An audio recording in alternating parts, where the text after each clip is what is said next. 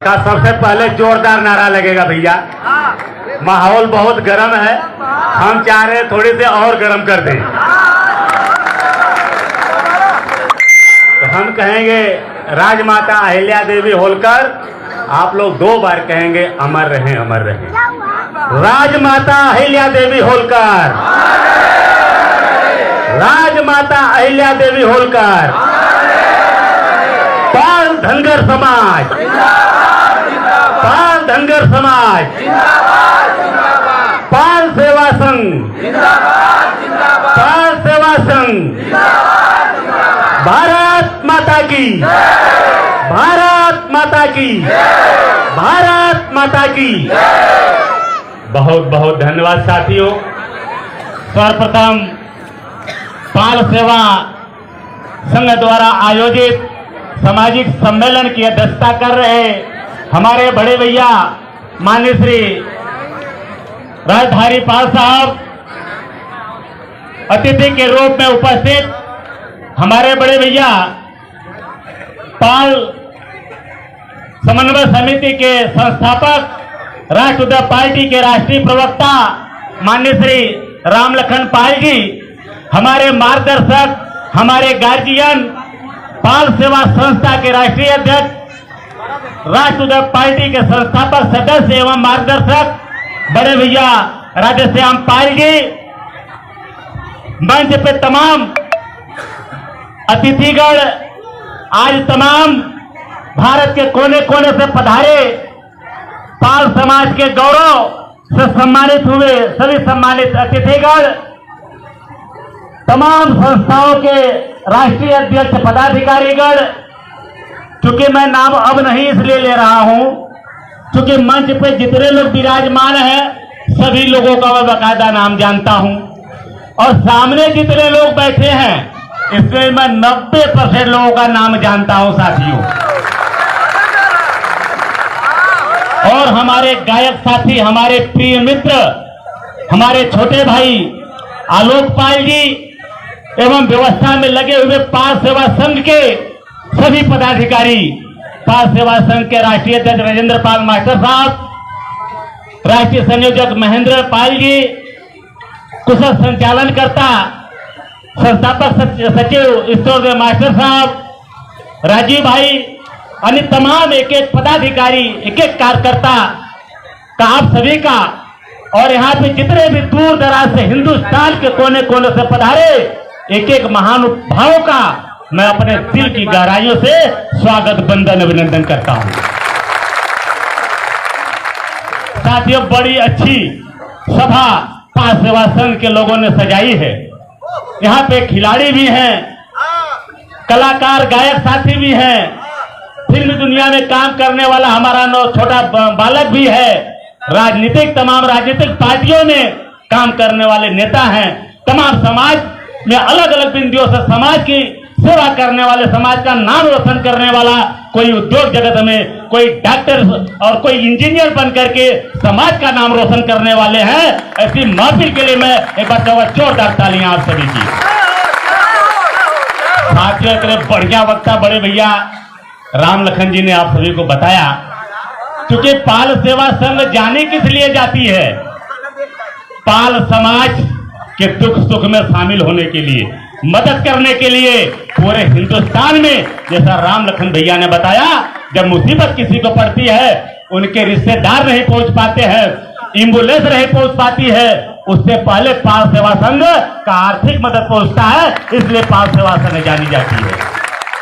महाराष्ट्र मुंबई के धरती पे पाल समाज को छत देने वाला, भवन देने वाला, ऐसी संस्था के लिए पाल सेवा संघ जानी जाती है। लेकिन आज का माहौल जिस जो रहा वो कहीं न कहीं भटका बता ही चुके हैं भैया, तो मैं बता सकता हूं, आपको बताना चाहता हूं, नाला सोपारा में जो पाल भवन बना है, हमारे तमाम अतिथिगण वहां पे निवास भी किए हैं, वह हम सभी का आन बान शान है। लेकिन उसको और आगे बढ़ाने के लिए नाय गांव में 20 गुंठा और महेंद्र भैया क्या हो 20 गुंठा की जगह पाल सेवा संघ ने लिए साथियों। वहां पे कार्यक्रम भी हुआ है। लेकिन उसके पैसे बाकी है, पैसे देना है। हाँ अभी चल रहा है। इसकी चिंता। किसी को नहीं। लेकिन मैं बता दूं, अभी ताजी ताजी घटना है। अगर पाल सेवा संघ को सबसे बड़ा आर्थिक मदद अगर किसी ने किया है जमीन लेने से शुरू से लेकर के अब तक, कि हमारे बड़े भैया पाल सेवा संस्था के राष्ट्रीय अध्यक्ष माननीय राधेश्याम पाल भैया लिया है। भैया आप खड़े हो जाइए, एक बार जोरदार तालियां बजाएं। और एक ताजी घटना बता दूं, उसमें हमारा नुकसान हुआ है। हल्ला हमको बताना चाहिए कि नहीं बताना चाहिए वो भी हमको पता नहीं। भैया नाराज हो जाए या खुश हो जाए, पाल सेवा संघ नाराज हो जाए खुश हो जाए पता नहीं, लेकिन फिर भी दिल में है, सामने घटना तो बताऊंगा साथियों। पिछले ही हफ्ता बड़े भैया राधेश्याम पाल भैया का 11 लाख रुपया उस बिल्डर से लेना था इनको, जिससे के पास सेवा संघ ने जमीन लिया है। उसे इनको कितना लेना था? 11 लाख इनको पर्सनल पैसा लेना था। और उस बिल्डर को पाल सेवा संघ का लगभग 38 या 40 लाख रुपया देना है। कितना पाल सेवा संघ को देना है? पाल सेवा संघ उस बिल्डर को देगी। लेकिन जब बिल्डर और राधेश्याम भैया राजू भैया बैठे थे, ऐसी कुछ बात निकली, वहां सम्मान की बात, स्वाभिमान की बात आई। राधेश्याम भैया ने कहा कि जो तुमको हमको 11 लाख तुम हमको देने वाले हो, हमको मत दो, पाल सेवा संघ के खाते में लिख लो। ऐसे ऐसे भामाशाह है आपके साथ, समाज में आगे बढ़ाने के लिए है, आपको आगे देने के लिए है, कर रहे हैं। इसके लिए तमाम और लोग भी आगे आए। साथ साथ एक बात मैं आज कहना चाहूंगा, अब लगभग 20 संस्थाओं का सम्मान हुआ है आज इस मंच से। हुआ कि नहीं हुआ है? तो हर संस्थाओं की, हर व्यक्ति की जिम्मेदारी है कि नहीं है? तो क्या 40 लाख रुपए अगर पाल सेवा संघ की जिसको जरूरत है उस बिल्डर को देने के लिए 20 संस्थाएं क्या 2-2 लाख रुपए पाल सेवा संघ को नहीं दे सकती हैं? दे सकती है, नहीं दे सकती हैं? ये देना चाहिए कि नहीं देना चाहिए? ये जिम्मेदारी है साथियों। तो मैं आज पाल सेवा संघ के लिए मैं समन्वय समिति से चाहूंगा, और भी जो सामाजिक संस्थाएं हैं इनसे चाहो कि 2-2 लाख रुपए दे दो और उसको 40 लाख दे करके वहां भवन की जगह कब्जे में आ जाए, तब सामाजिक सेवा होगा गुरु। इसी के साथ साथ बहुत बढ़िया बातें हुई, तमाम विषय है बोलने के लिए। एक मांग मैं और करना चाहूंगा आप सभी लोगों से, क्योंकि वो भी अभी अभी प्रधानमंत्री मोदी जी ने काशी में बाबा विश्वनाथ मंदिर का जीर्णोद्धार पुनः करवाया है। करवा करके ढिढोरा पीट करके श्रेय ले रहे हैं। लेकिन कल्पना करो, जब मुगलों द्वारा जब काशी मंदिर को ध्वस्त कर दिया गया था, उसके बाद जब राजमाता अहिल्या देवी होलकर जी ने मंदिर का जीर्णोद्धार नहीं करवाया होता तो आज मोदी जी कैसे करते? तो ऐसी न्यायप्रिय देवी जो हिंदुत्व की रक्षक, जिनके दरवाजे पे अंग्रेज भी घुटना टेक करके बैठता था, ऐसी न्याय की देवी, धर्म रक्षक राजमाता अहिल्या देवी होलकर को भारत रत्न मिलना चाहिए कि नहीं मिलना चाहिए? जब भारत रत्न मिलना चाहिए तो आज से आप लोग आवाज उठाइए। जो जिस भी संस्था में हो, जिस भी पार्टी में हो, अपने डीपी पे, अपने आवाज में, सोशल मीडिया के माध्यम से, मंच के माध्यम से आप लोग लगातार आवाज उठाइए। जब तक राजमाता अहिल्या देवी होलकर को भारत रत्न नहीं मिलता है तब तक आवाज उठाइए। हमारा विश्वास है वह दिन जल्दी ही आ जाएगा, अगले साल ही राजमाता अहिल्या देवी होलकर को भारत रत्न को उपाधि मिलेगा। साथ ही साथ साथियों, तमाम पार्टियों की भी चर्चा हुई, हमारी भी थोड़ी सी। अब हम मैदान में उतर गया हूं तो हम चर्चा करें या ना करें, लेकिन लोग तो चर्चा। तो इसी पाल सेवा संघ के मंच से नारा सोपारा में हमने कहा था, घोषणा किया था कि राजनीति में आने के बाद सबसे पहले मेरा उद्देश्य होगा कि अपनी पार्टी से हमारे समाज को मंत्री, विधायक और सांसद बनाना है। उसके बाद हमको बनना है। आप लोग को याद है कि नहीं याद है? उस अपने घोषणा पर मैं कायम हूं। हाँ अगर कायम नहीं रहता तो इस बार भी अखिलेश यादव जी एक टिकट दे रहे थे हमको। एक टिकट अगर लेकर के मैं चाहता तो लड़ता, और नहीं चाहता तो 2.5-3 करोड़ नौकरी तो कर ही लेता है। तो हमको न पैसा चाहिए, न विधायक और सांसद, न मंत्री चाहिए। हमको क्या चाहिए कि पार्टी को सत्ता में पहुंचाना है, अपने लोगों को विधायक और सांसद बनाना है, साथ समाज की कोई हुई गौरव को हासिल करना, यह हमारा उद्देश्य है। रही बात राष्ट्रीय अध्यक्ष की, कुछ लोगों को पता होगा चुनाव के बाद ऐसी मीटिंगें उत्तर प्रदेश में 13 अप्रैल को हुई थी एक करने के लिए। दूसरी मीटिंग 8 मई को हुई थी लखनऊ में। इसमें राजा राम पाल जी, पूर्व सांसद, पूर्व विधायक सांसद श्रीराम पाल जी और तमाम लोग आए थे। हमने साफ साफ कहा था वहां पे कि हम आज राष्ट्रीय अध्यक्ष का पद छोड़ने के लिए तैयार हूं, लेकिन माननीय राजा राम पाल जी, श्रीराम पाल जी, आप सब लोग एक हो जाओ, एक होकर के आकर के आज का निर्णय लो, जिसको भी चाहिए उसको राष्ट्रीय अध्यक्ष बना देते हैं। लेकिन पार्टी तो राष्ट्रीय पार्टी चलेगी, दूसरी पार्टी पे कोई सुनवाई नहीं, कोई समझौता नहीं। क्योंकि इसलिए कि आज के हिंदुस्तान में राजनीतिक क्षेत्र में अगर हम गड़रिया समाज की पार्टी सबसे कम समय में सबसे ज्यादा चर्चा में अगर कोई हुई है, कोई आगे बढ़ी है, तो वह राष्ट्रीय पार्टी है। और इसलिए किसी राष्ट्रीय पार्टी के प्रत्याशी को जो बहुजन समाज पार्टी 2 करोड़, 2.5 करोड़, 3 करोड़, 1 करोड़ रुपए लेकर के टिकट देती है, यही बहुजन समाज पार्टी राष्ट्रीय पार्टी के प्रत्याशी आशीष सिंह को बुला करके फ्री में टिकट दिया था। वह है ताकत राष्ट्रीय पार्टी की।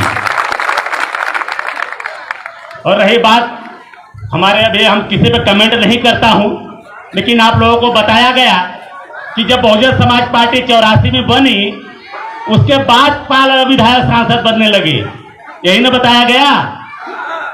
लेकिन सरासर गलत। देश आजाद 1947 में हुआ, संविधान लागू 1950 में हुआ, पहला चुनाव 1952 में हुआ। 1952 में बीडी धनगर साहब मैनपुरी से विधायक चुने गए हमारे पाल समाज के। 1957 में बीडी धनगर साहब सांसद चुने गए।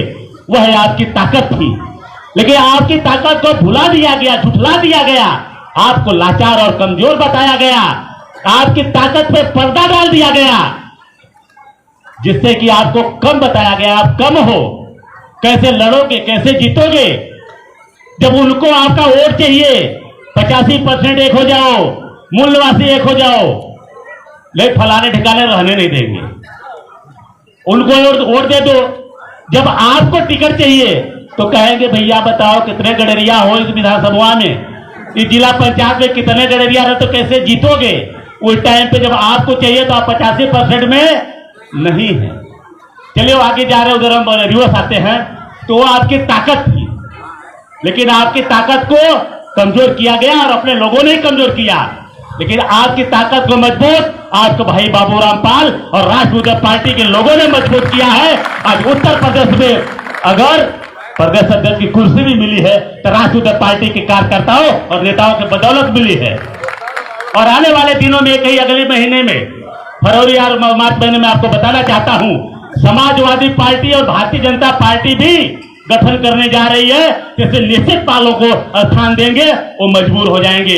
ये आपकी ताकत है। आप अपनी ताकत को पहचानो, कहां दूसरे के पीछे जाते हो। आपको दिखाया जाता है दूसरे तरफ, आपका हक छीन लिया जाता है इस तरफ से। अभी तमाम हमारे लोगों ने कहा, बहन बेटियों पे भी बातें आई, घटनाओं पे बातें आई है। हम साथियों बताता हूं, आप अपनी मजबूरियों कमजोरियों को बताना बंद करो। आप अपनी जो वीर गाथा है, आपकी जो कर्मठ जुझारूपन है, इसको बताना चालू करो। हमको आज लगा कि यहां पे कोई कहेगा कि ललिता धनगर ने जो सरेआम बीच बाजार, याद है ललिता धनगर, किस किस को पता है? मध्य प्रदेश ब्यावरा का हमारा साथी आया है, सबको पता है। 20 बाजार अपराधी, खूनखार अपराधी का बीच बाजार सरेआम दिन में गला काट करके हत्या, पता है आप लोगों को? भदोही में शीतलपाल अंग्रेज घोड़े से भाग रहा है, भेड़ चराने वाले अस्की से खींच करके अंग्रेज की हत्या। अरे ऐसे गुणगान करो यार जिससे आपका मनोबल बढ़े, जिससे आपका हौसला बढ़े। अपने ही मनोबल अपने गिरा करके हम क्या जब जीतेंगे? अगर जब जीतना है तो अपने हौसले को उड़ान भरनी पड़ेगी, अपने मान समाज स्वभाव की लड़ाई लड़नी पड़ेगी, इसके लिए कुर्बानियां देनी पड़ेगी। साथ में जिनको सत्ता चाहिए, विधायक बनना है, सांसद बनना है, जिला पंचायत बनना है, वो सपा बसपा भाजपा में जाकर के वो पके पकाए फल को सींचते हैं। जैसे जिनको आम खाना है तो आम के पेड़ को पानी देगा, खाद देगा। जिसको केला खाना है उस केले के पेड़ को पानी देगा, खाद देगा। लेकिन हम राष्ट्रीय पार्टी तो वहां काम कर रहे हैं, बबुल के पेड़ के नीचे काम कर रहे हैं। क्योंकि जो सपा बसपा भाजपा में काम कर रहा हो, कहीं कोई उम्मीद पाले बैठा है कि यार आज नहीं कल यहाँ पार्टी सत्ता में जाएगी तो हमको फला चीज फला पद मिलेगा, इसी उम्मीद से तो कर रहा है ना। लेकिन वहां जो फल लगेगा तो मिलने वाला इतिहास गवाह, जैसे रामलखन भैया ने भी बता दिया भागवत पाल साहब का। जब मायावती जैसे मुख्यमंत्री बनी, पहला काम उनका था कि माननीय भागवत पाल जी का बोरिया बस्त्रा बाहर करना। यह भूलना नहीं है साथियों। तो मैं कहना चाहता हूं कि इनको फल चाहिए, वो दूसरी पार्टी में काम कर रहे हैं। बाबूराम पाल को फल नहीं चाहिए। बाबूराम पाल इसीलिए बबुल के पेड़ को खाद पानी दे रहा है जहां तो कोई फल वगैरह है नहीं। लेकिन पता है कि बबुल के पेड़ के पत्ती को खाने के बाद अगर एक लोटा पानी भी पी लूंगा तो वह मिठास आता है जिसका कि कोई मोल नहीं। मतलब जब इकट्ठा कर लेंगे, पहचान बन जाएगी राष्ट्रीय पार्टी का। हमारे पास वो ताकत है, जनसंख्या है कि जिसको भी मुख्यमंत्री प्रधानमंत्री बनना होगा वो राष्ट्रीय पार्टी के पास आएगा, आपके पास आएगा, आपसे हाथ मिलाएगा, आपसे बोलेगा भाई 10 सीट आप लेके लड़ो और 70 सीट हमको लड़ाओ, हम आपको अपना वोट देते हैं और आप हमको अपना वोट दो, तब गठबंधन में आगे सत्ता तक जाएंगे, तब आपका मान सम्मान बढ़ेगा। वह मैं चाहता हूं। तो साथियों, ज्यादा न कहते हुए मास्टर साहब भी घूमना चालू कर दिए हैं। आप लोगों को व्यवस्था खाने की है और मैं चाहूंगा कि आगे आने वाले दिनों में जो हम सब यात्रा चालू करने वाले हैं, हमने पहले बताया हमारे लिए कुछ भी नहीं है भैया। कल का कभी 11-12 तारीख का अधिवेशन है औरैया में। राष्ट्रीय अध्यक्ष पद के लिए मैं भरे मंच से घोषणा कर रहा हूं, इसी मंच से पास सेवा संघ के, कि जिनको भी राष्ट्रीय अध्यक्ष बनना हो वही 11 तारीख को पहुंच जाए। वहां पे बातचीत होगी, पूरी कमेटी रहेगी, पूरी कमेटी जिनको भी तय करेगी उसको राष्ट्रीय अध्यक्ष का पद मिल जाएगा राष्ट्रीय पार्टी में। और उसके बाद भी जितनी ताकत से मैं आज काम कर रहा हूं राष्ट्रवादी पार्टी के लिए, उसके बाद भी मैं उतनी ही ताकत से काम करते रहूंगा साथियों। क्योंकि हमारा संकल्प है राष्ट्रवादी पार्टी को सत्ता तक पहुंचाना और राजमाता अहिल्यादेवी होलकर के विचारों की शासन सत्ता स्थापित करना, यह हमारा संकल्प है, यह हमारी चाहत है। और साथियों, मैं धन्यवाद दूंगा पास सेवा संघ के सभी पदाधिकारियों की, इनको सोच को। आज हमारी जो श्रीमती जी हैं, इनको बुला करके विशेष सम्मान की, आभार की, इनका प्रकट किए, जो इन्होंने हमको छूट दे रखा, जो सेवा करती हैं किसके लिए। तो मैं आपको बता दूं कि आज का हमारा परिवार की आज स्थिति ये है, मैं संघर्ष कर रहा हूं, आप लोग देख रहे हैं। बड़ा बेटा वो भी संघर्ष कर रहा है, तैयारी कर रहा है गवर्नमेंट जॉब के लिए। 2 नंबर के बेटा सिविल इंजीनियरिंग किया है, वो भी संघर्ष कर रहा है। तीसरा बेटा क्रिकेट खेल रहा है, वह भी संघर्ष कर रहा है। आने भविष्य आगे का आज कुछ कहा नहीं जा सकता, लेकिन विश्वास हमें भी है, हमारे धर्मपत्नी को भी है, क्योंकि जो भी संघर्ष कर रहे हैं पूरे लगन मेहनत ईमानदारी से कर रहे हैं। आज भी कल सभी अपने अपने क्षेत्र में सफल होंगे साथियों, ये इनको विश्वास, हमें विश्वास है। इसका पूरा श्रेय हमारी धर्मपत्नी को जाता है, क्योंकि हमको आज नहीं पता, या आज क्या कहते कभी नहीं पता कि नमक कैसे किलो है, भाजी कैसे किलो है, गेहूं कैसे है, चावल कैसे, कुछ नहीं पता और कभी भी नहीं पता। क्योंकि आज अगर हमको इतनी छूट मिली है, पिछले कई सालों की मेहनत और विश्वास से छूट मिली है, पूरी घर की जिम्मेदारी धर्मपत्नी के ऊपर है साथियों। लेकिन इसके लिए हमने भी अगर जीवन में कभी हमने बिजनेस किया, जब तक मन से किया, अगर एक प्रॉपर्टी हमने अपने नाम पे ली तो दूसरी प्रॉपर्टी हमने खरीदी तो अपने श्रीमती जी के नाम पे खरीदी, तीसरी अपने नाम पे खरीदी तो चौथी अपने श्रीमती जी के नाम पे खरीदी। तो उनका भी विश्वास है साथियों, शायद आप लोग भी करना चालू कर देंगे, उसे बहुत लोग कर रहे हैं। हमारे राधम साहब भैया तो हमसे भी आगे हैं और भी लोग कर रहे हैं। जो नहीं कर रहे हैं, अगर आप जीवन में सुख शांति चाहते हैं तो उसका सम्मान देना चालू करिए, धन दौलत भागीदारी देना चालू करिए, तो आप पे विश्वास होगा और आप भी आगे बढ़ेंगे। इन्हीं सब कुछ बातों के साथ मैं 5 सेवा संघ के सभी पदाधिकारियों का आभार मानते हुए आपने हमको चीफ गेस्ट बनाए और अपने हमको अपनी बात रखने का मौका दिए, इसके लिए मैं आप सभी का आभार प्रकट करता हूं। और हमारे बोलने डोलने में जो भी त्रुटि हुई होगी अपना भाई अपना बेटा समझ के क्षमा करिएगा। और आने वाले दिनों में इस बबुल के पेट पे आप लोग खाद पानी डालिएगा, जितना खाद पानी मिलेगा उतनी तेजी के साथ इस बबुल पे भी आम का फल लगेगा, ये हम आपको विश्वास दिलाता हूँ। इन्हीं चंद्र बातों के साथ मैं अपनी बारी को विराम देता हूँ। धन्यवाद। जय हिंद, जय मल्हार।